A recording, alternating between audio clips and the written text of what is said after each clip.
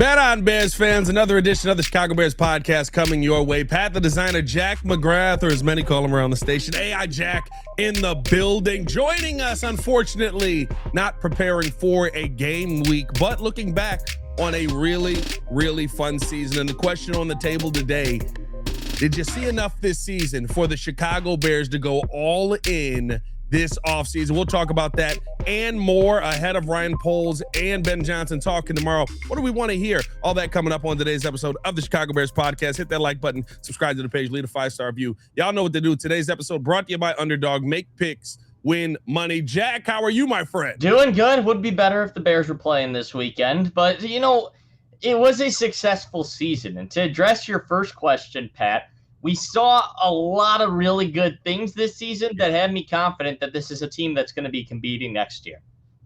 Yeah, 100%. I mean, like, listen, we can hit the ground running on this. We saw so much good, especially offensively. And I said this on the post-game show, said this on Fox after the whistle. To me, I think that you have the combination between quarterback and tight end that is very similar to what we see in the NBA with an elite point guard and an elite big man.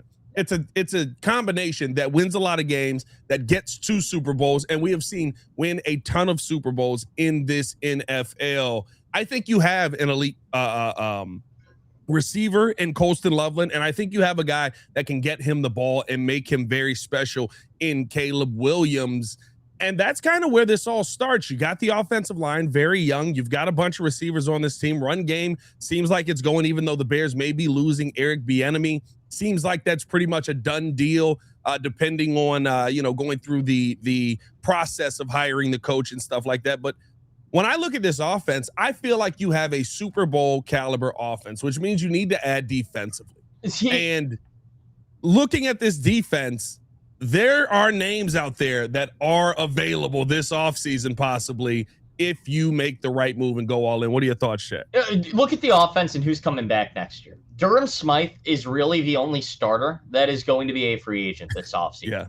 Yeah. And Zacchaeus is going to be a free agent, but there's 100 Zacchaeuses out there. The Bears could go grab another fourth-string wide receiver. For the most part, every single one of your main contributors are back next season. And they'll have another year in Ben Johnson's offense. They'll have another year working with Caleb Williams to develop the chemistry, which at the start of the season was an issue for a lot of these guys at the beginning of the year, specifically Luther Burden and Colston Loveland. Loveland's another year better. Luther Burden's another year better. Rookie tight ends historically aren't great. Well, Colston Loveland will now be in his second year and was very good in his rookie season. Rome Odunze should be another year better. He had some disappointing outcomes at the end of the season, but he's also been playing on a fractured foot for a majority of the second half of the season. You are bringing back this entire offense with a full another year under their head coach, who should be healthier going into the start of next season. Like, next year is the time to pounce, and you're 100% correct. Myles Garrett's out there. Max Crosby's out there. Trey Hendrickson, he was hurt this year, but he's a free agent this offseason. For Pete's sake, Khalil Mack's like 50 years old, but he's a free agent this year, and he just had 17 and a half sacks 2 years ago. There are so many names out there to take this team from being just a team that can get to the divisional round to taking another step up. The offense is going to be even better next year than it was this year. And if you can add to that defense and make it better, you are a Super Bowl contender without a doubt. And I think that's my thing with this, right? You have to ask yourself, where are you at in this window? Do you feel like the Super Bowl window is open? Yes. Right? Because here's the thing we know about Super Bowl windows. You usually get 2 to 3 years. And then you have to revamp. You got to pay guys. You got to figure some things out. You've got young guys coming up. You've got Caleb Williams' contract coming up here. And Ryan Poles has set up a lot of these contracts very well so that you can pay Caleb Williams probably what he's going to get there. I don't know if we're going 70 plus million at that point, but probably somewhere in the 50s to 60s range for a quarterback, especially one as special as we've seen Caleb Williams be. Like, you're going to be set up to take advantage of that then. But right now you have this window where, yes, there's money on the team. Yes, there is expenses on this defense, but you can make moves, trade pieces that you thought were going to be long-term pieces, and feel like you're going all in this season. And to me, I think the window is open. You see yourself one play away from getting into the NFC title game. And you know, we don't know what that final decision was there, the interception, right? Yeah. Was it on DJ? Was it on Caleb? Why aren't they on the same page? Maybe that's a spot you look where you say, listen, they weren't on the same page the entire season. Let's move on from this. We've got enough receivers on this team. Let's send that couple of draft picks and try and find us a premier pass rusher on that opposite edge. And I think that's kind of the conversation more on going all in than just signing a Trey Hendrickson. You love what Trey is, but Trey feels like kind of the second or third option in here if you really want to go all in. I would agree with that. But also to your point about the Bears being just a play away in this game, well, they had multiple chances. It's not just that last interception, too. I mean, Rome Odunze had a ball in his hands that he let fall. He had plenty of 4th and 1 and 3rd and 1 opportunities that they did not convert on near the goal line where they could have put this game away. There were more chances than just that for the Bears in this game. And they played just as well as the Los Angeles Rams, who going into these playoffs and going into this season – they were touted, the Rams were, as the top team in the NFC. And I look at the Bears roster, and I look at them returning those offensive pieces next year. And I look at the potential to sign more defensive pieces. And right now, the way they played this year, the way they advanced throughout the playoffs, coaching-wise and roster-wise, with the talent they have on the roster right now, I think they have a top 3 or 4 roster in the NFC. You add a premier pass rusher and don't lose very much on offense, which you could do. You might have to trade a wide receiver or something like that, but you can always get somebody else in free agency or something like that to help strengthen that wide receiver core. You could be potentially, I don't think for certain, but if the Bears make the right moves, they could have the best roster in the NFC going into next season.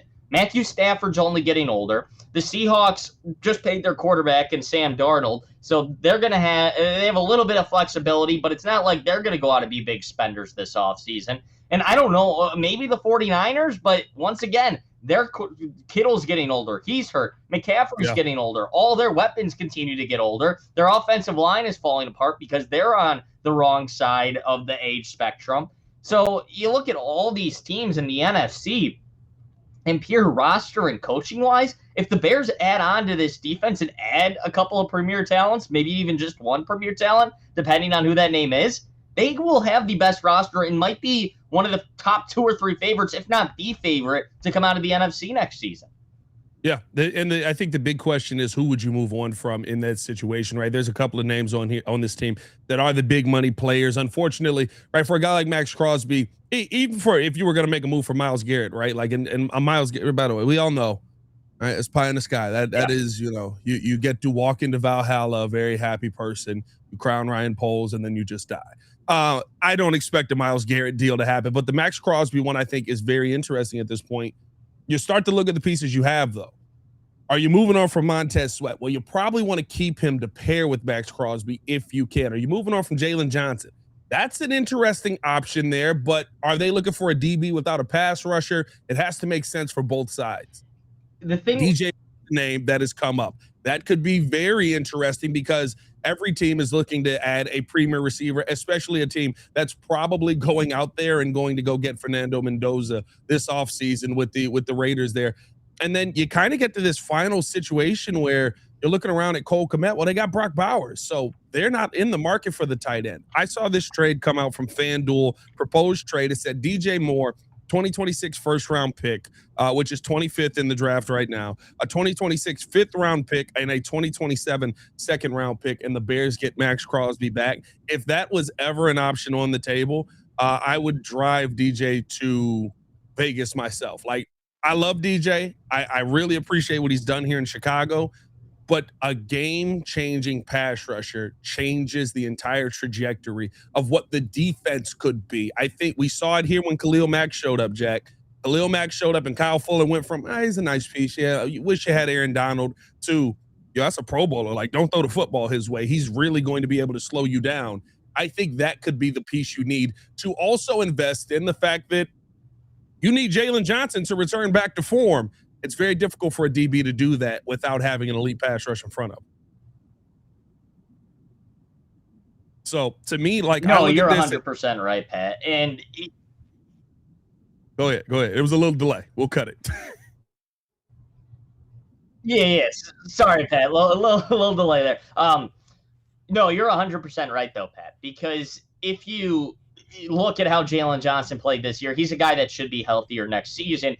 DJ Moore, his role could be replaced by Luther Burden because he showed so much on offense. I'm curious about Montez Sweat though, because you mentioned his name.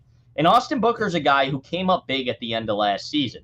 And Montez Sweat has an out in his contract this year that could save there's about $13 million in cap space, $17 million, excuse me, did my math wrong, about $17 million in cap space if they were to move on from him this season. Now, that's an $8 million dead cap. I don't know if you love that, but as Montez Sweat, he did show good production this year. But if you get a guy like Max Crosby, is Montez Sweat somebody that you potentially move on from? Take on Max Crosby's contract, take on Max Crosby, and instead run Austin Booker and Max Crosby out there.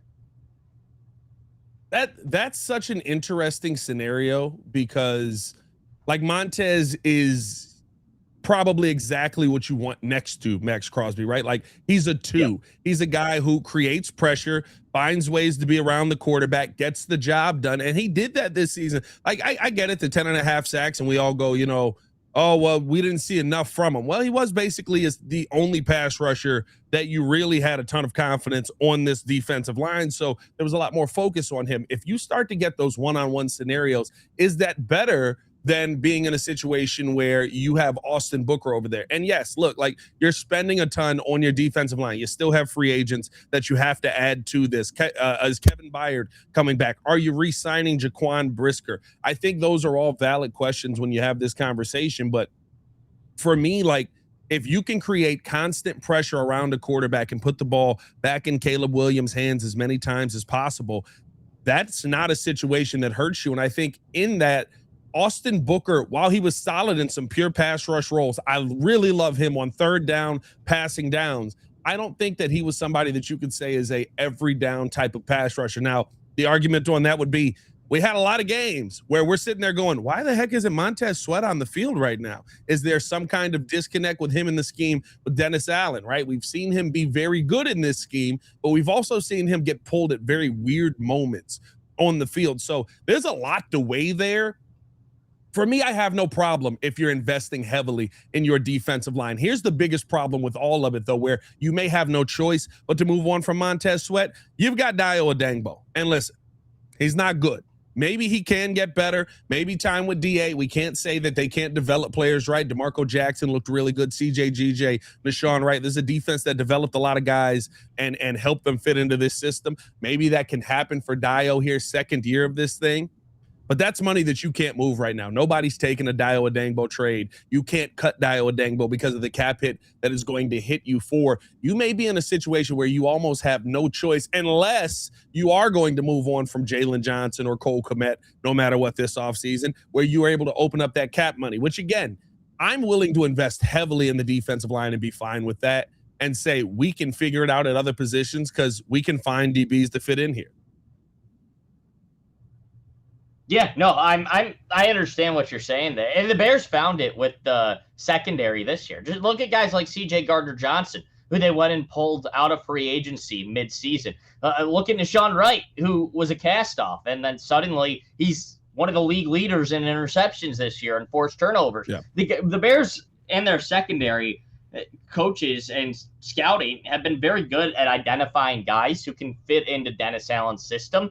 So that's not a bad point at all, Pat, where you can invest heavily in that line, and you already know you have Jalen Johnson. You already know you have Kyler Gordon under contract. You hope you're going to bring one of Brisker or Byard back this season, if not both of them. It'd be tough to say you're going to bring both of them back, but hopefully you bring one of them back. Invest heavily on the D-line. It should make those guys better. Yeah, that's the hope there. Let us know how you guys feel in the comments below.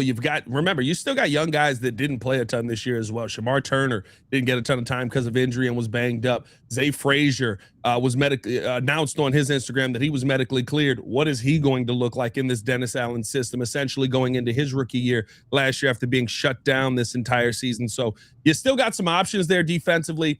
I think the part that a lot of people fear is when you go all in, you create that time where it's like you have to win a Super Bowl in this, or how are you going to figure it out? I would say look at the Rams. Now, they did win the Super Bowl, so it makes it a lot easier. But they had a 6-10 season. They had that year where you had to pay the piper and you had to rebuild. And you know what? They found a way to get Jared Verse out of it. They found a way to continue to build that defensive line to one of the best in football. They had some of the best DBs in football this season, but they end up getting banged up. You added Devontae Adams to this team. You find Puka Nacua. That's where Ryan Poles has to show his mettle. And I think, very interestingly enough, as we continue the conversation here, coming up, I want to talk about with you, Jack, what do we want to hear from Ryan Poles and Ben Johnson coming up into the press conference tomorrow. We'll get to hear their season-ending press conference and really talk about some of the moves that they made this season, and of course, looking at next season. As I said earlier, today's episode brought to you by Underdog. You can download the app today, sign up with the promo code CBP to score $75 in bonus entries when you play your first $5. As promo code CBP. Underdog, make picks, win money. Make sure that you're tapped in on everything Underdog has, because so many plays, the NBA plays, they've got so many boosts, profit boosts, different ways for you to boost on the points, be able to raise the points, lower the points to make it a little bit easier to get some money out of it. So make sure that you're tapped in with everything they have going on over at Underdog. Like I said, make picks, win money. EOQ, the disclaimer. Must be 18 years or older, 19 or older in Alabama and Nebraska, 19 or older in Colorado for some games, 21 or over in Arizona, Massachusetts, and Virginia, and present in a state where Underdog Fantasy operates. Terms apply. See assets.underdogfantasy.com/web/play and get terms _DFS_.html for details. Offer not valid in Maryland, Michigan, New Jersey, New York, Ohio, and Pennsylvania. Concerned with your play? Call 1-800-GAMBLER or visit www.ncpgambling.org. In New York, call the 24/7 Hope line at 1-877-8-HOPE-NY or text HOPE-NY 467-369. I love that my husband's so handy. He leaves more money for the important stuff. Whoa. Gosh darn it, Steve. Ow.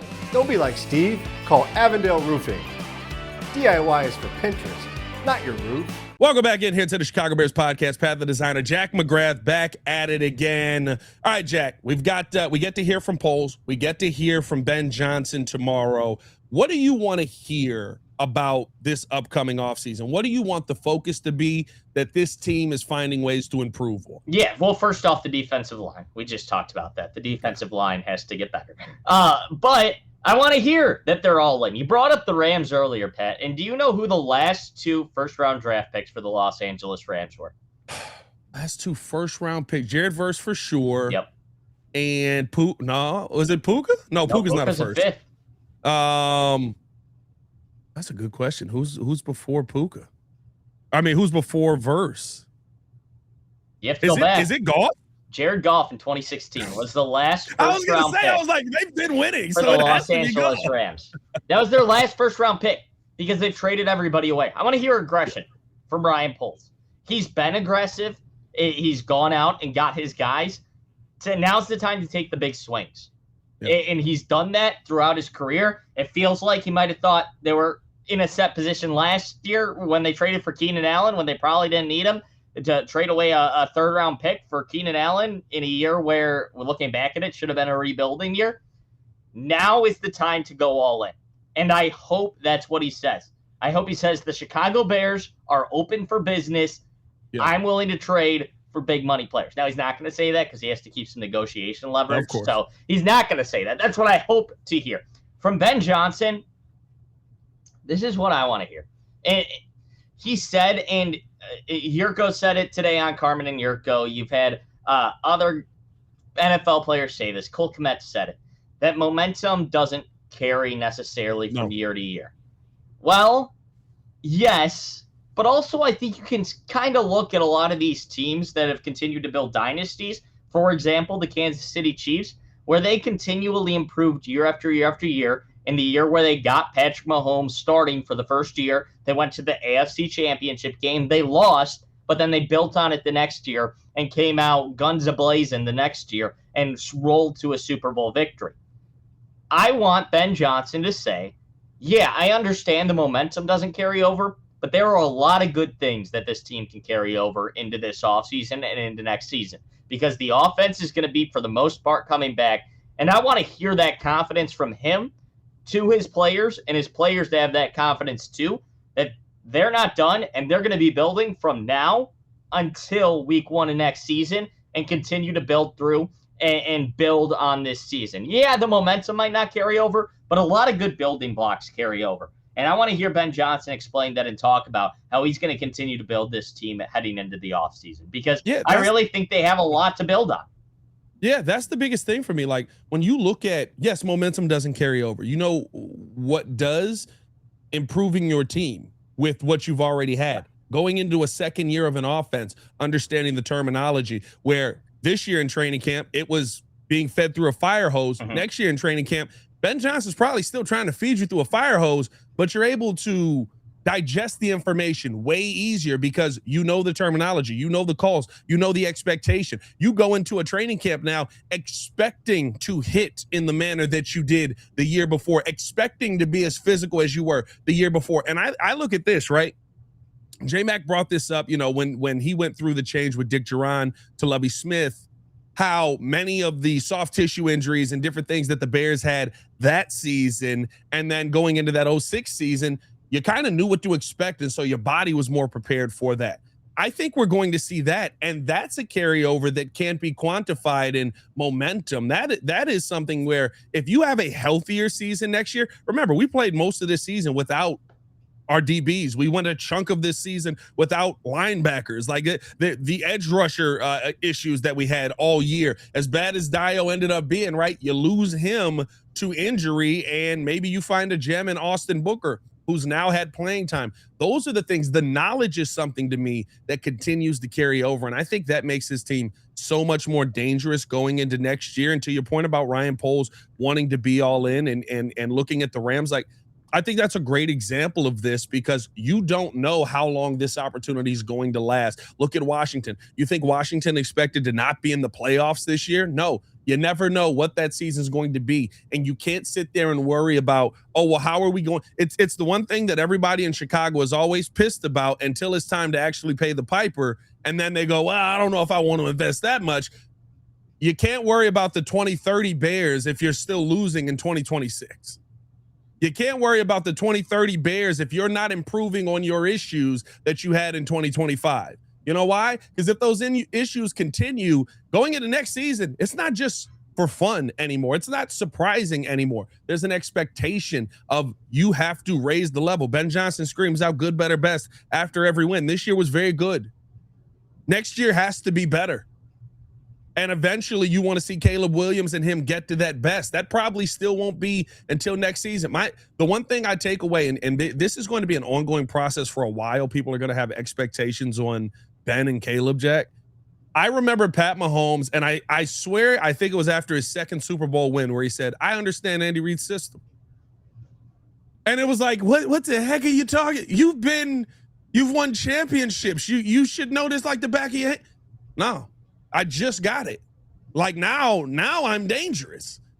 And then, of course, they end up not being in the playoffs this year. But, like, it takes time for guys to get to the point where they understand something like the back of their hand. That is something Caleb Williams is going to have an advantage of going into next season and moving forward. Yeah, and the entire offense will too. I brought it up already, but the continuity is ridiculous for this offense. You're bringing almost everybody back, and that's going to be the big advantage for this Bears team next year. You have a 3-year window.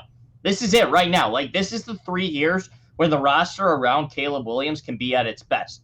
Now, the Chiefs have continued to win because Patrick Mahomes is an elite quarterback, and they've been able to keep some of the core together, at least with Travis Kelce and Jones on the defensive side.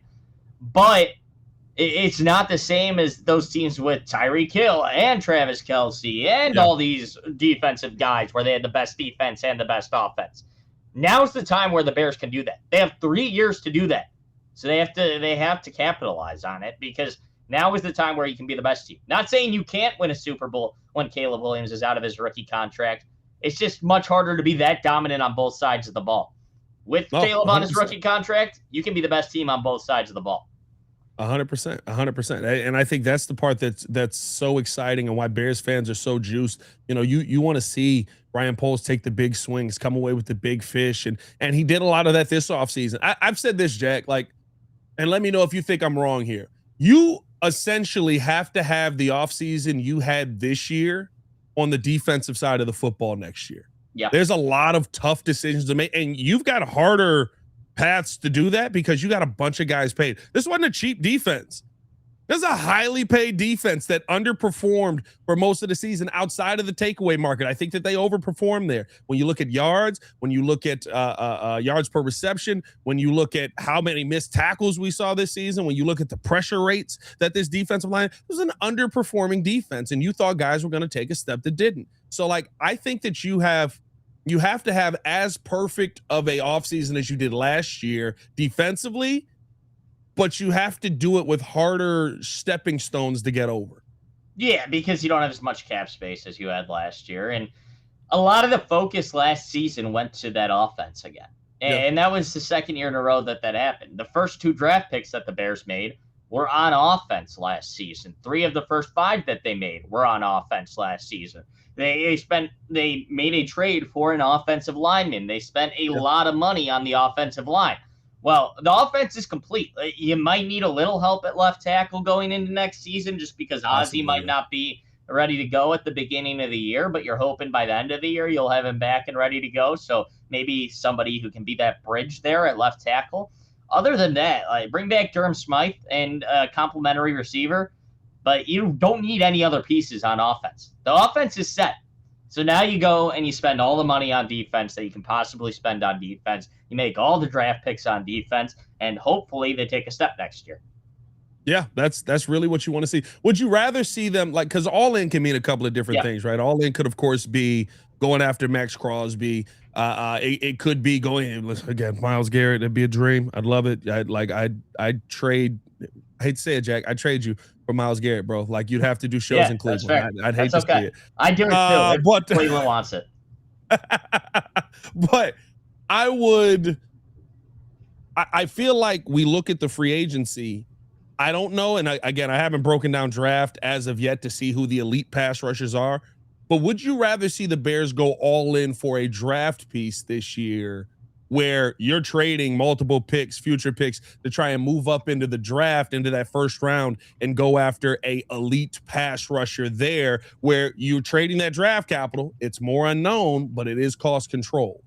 Well, yeah, I think that would obviously be the best option. It might be harder to get depending on how high you're willing to go. And I don't know if you're going to find anybody as elite as Max Crosby, but Max Crosby, once again, is 28 years old, and he's on a big-time deal. I'd rather have option 1 there, where you're trading up for an elite guy, but it just depends how confident the Bears are in their scout. Same as you, I've been too focused on the NFL playoffs to really identify who the top-of-the-line pass rushers are, but I would rather have one of those guys than Max Crosby, because essentially, if you trade for Max Crosby, you're trading multiple picks, maybe a player, plus you're eating that salary now. If you trade for the draft pick, you're trading probably a couple of picks, but you don't have to eat that salary too, and you can still add on a little bit more in free agency. I'd rather do that.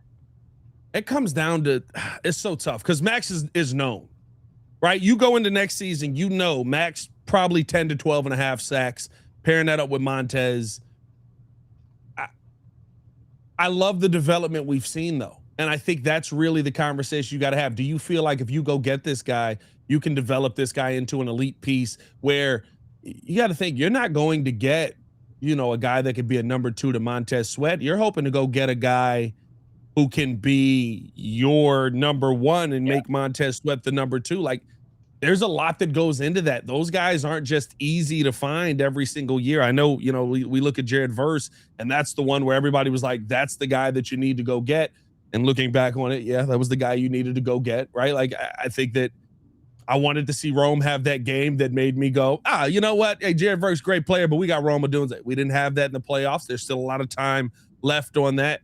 But I do feel like you're taking that risk versus the known, and that's where the money comes in. But you know what? Max Crosby's money well spent. And Max Crosby's money that you're getting an ROI on, because he's going to come away with multiple sacks. He's going to be a game wrecker for defense or for offenses next season. And you're not going to sit in this world where we go into every single week and go, well, that guy really can pick you apart if you just let him stand back there. Yeah. I think that, to me, I probably would lean going the known commodity. I know it costs you more, but you're going for the Super Bowl. You're not going. Next year isn't about, trying to be competitive. Next year is about trying to win a Super Bowl. You got to make Super Bowl moves in my mind. No, that's fair. I mean, if you're trading up for a guy like we saw him last night in the national championship game, if you're trading up for a guy like Ruben Bain, who's a game wrecker and a young guy, that's a different thing than trading up for maybe a 15th pick guy who might drop a little and isn't that same level. I'm looking at the ESPN top prospects right now, and it's like if you're trading up for the guy from Auburn who's seen as a pretty good player, but isn't Ruben Bain, who's potentially a top 15 to 10 to even 5 pick, it's different. So, no, I understand where you're coming from. But if you're going elite young guy, but if it's like a 15th pick, mid-tier guy where there's a lot of risk involved, 100%, I'll take Max Crosby instead. It's contextual. You got to trade in to like the top 5, top 10 to make it equal to Max Crosby.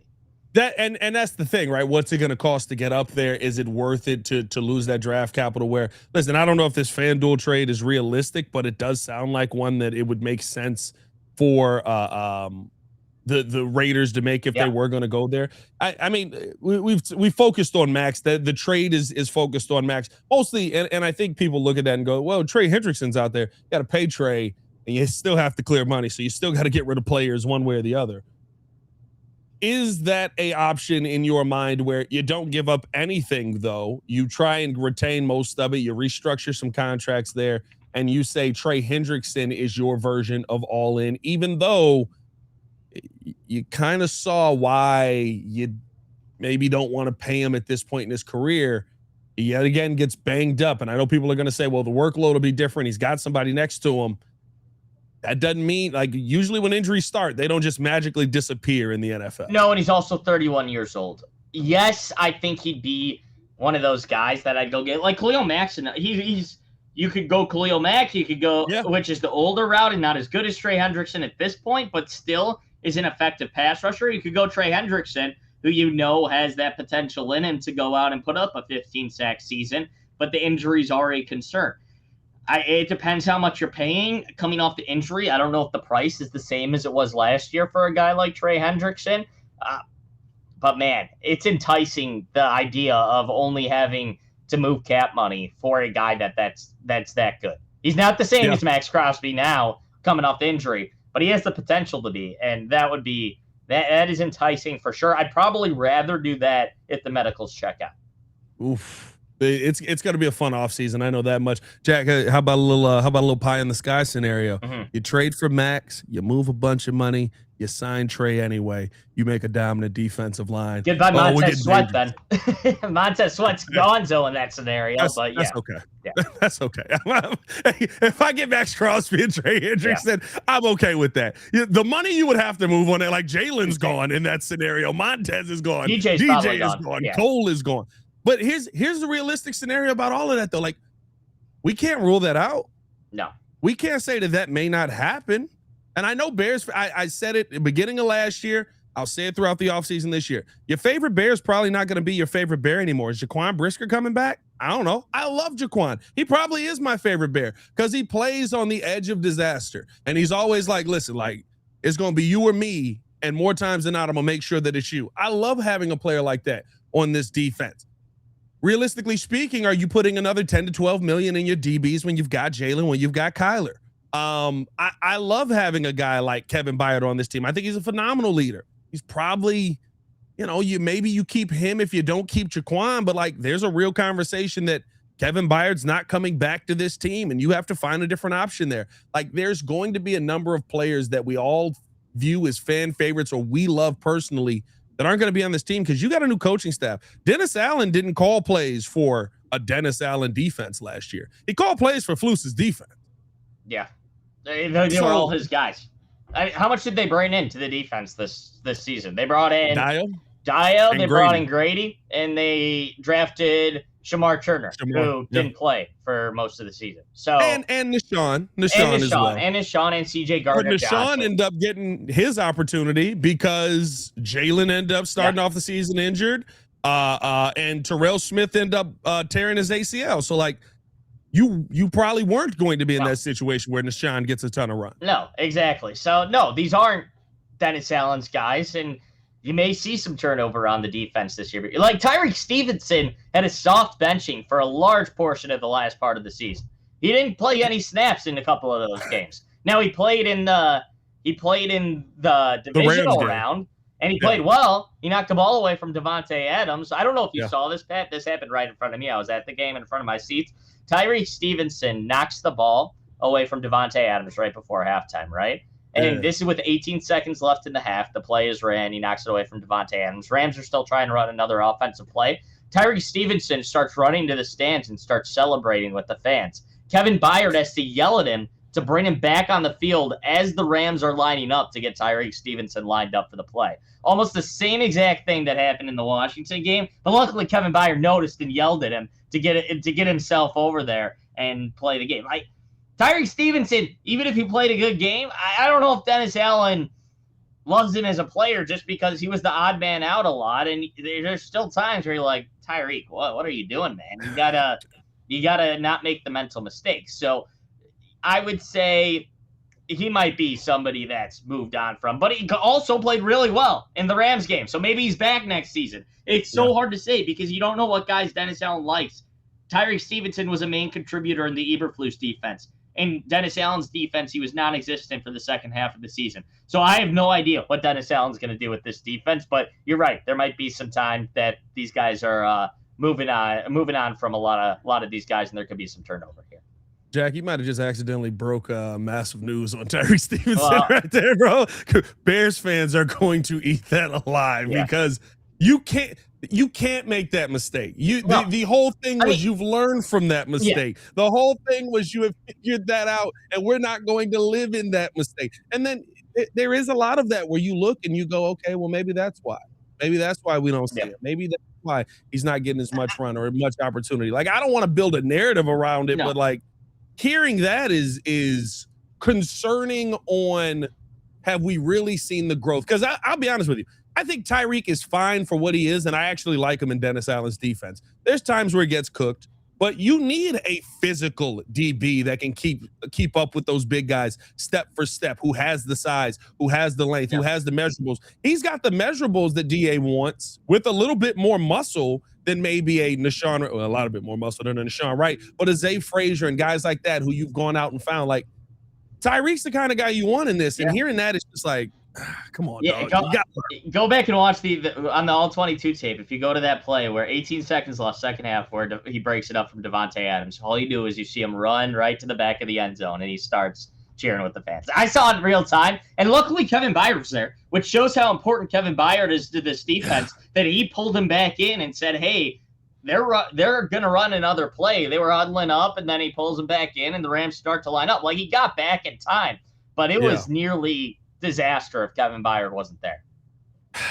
That's tough to hear, and I think that is, like you're going to see now some of this stuff start to get shaped up. Listen, as much as we talk about the defense, right? Like, Ben Johnson was calling a good chunk of Matt Eberflus's offense, right? Like, it's not, these aren't handpicked guys that he went out and got. Now there's going to be guys that, and I think the offense probably a little less poached, right? And a major piece for you. Two major pieces for you were, I guess, three major pieces for you were Ben Johnson guys. When you look at Monangai, when you look at Burden, when you look at Loveland, but there's question marks, I think, on DJ Moore. I think there's question marks right now on Rome Odunze, who wasn't a Ben Johnson guy, and I think that Rome, I thought Rome said he talked about it in the end of season locker room cleanup. And he talked about what the exit meetings were, and he was just honest about it. He said Antoine Randall told him, you left too many plays on the field. You left too many opportunities on the field, and that has to be better next season. Now, that's better with work. That's better with time. Sometimes it does take guys a little bit longer to hit that ground running in the NFL. I still have high hopes for Rome Odunze, but that catch percentage has to go the right direction. A lot of receivers take that jump in their third year. And next year's just third year. It's prove it time for Rome Odunze. JSN's a great example of it. Like, he had a solid first 2 years, but year three is where he takes off. You've seen it with plenty of receivers throughout the NFL. Year three is that stepping stone. Same for tight ends. Year 2 and 3 are where they take off. It's not the rookie year. Like the years are aligning right now for the Bears for these next 3 years in terms of the roster they develop. That offense is all on the same timeline. Now's the time they got to step up.